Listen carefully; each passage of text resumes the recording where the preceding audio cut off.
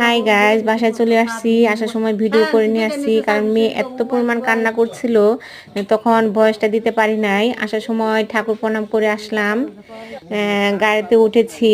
মেয়ে ছেলে দুজনের মনটা খুব খারাপ ছিল। হ্যাঁ, পাশাপাশি আমারও মনটা খারাপ ছিল, কারণ দুদিন একটু এনজয় করে আসছি। আর বাড়ি থেকে যখন আসি, গ্রামের বাড়ি থেকে যখন বাসায় আসি, তখন দুদিন মনটা খারাপ থাকে। গাড়িতে ওঠার সময় দেখলাম প্রচুর পরিমাণে কুয়াশা। এই যে দেখতে পাচ্ছেন আপনারা, খুব কুয়াশা ছিল।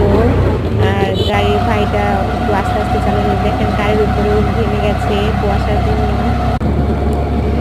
সবাইকে দেখাচ্ছি, দেখেন কি পরিমাণে কুয়াশা, প্রচুর শীত করছে, ঠান্ডাও পড়েছে অনেক।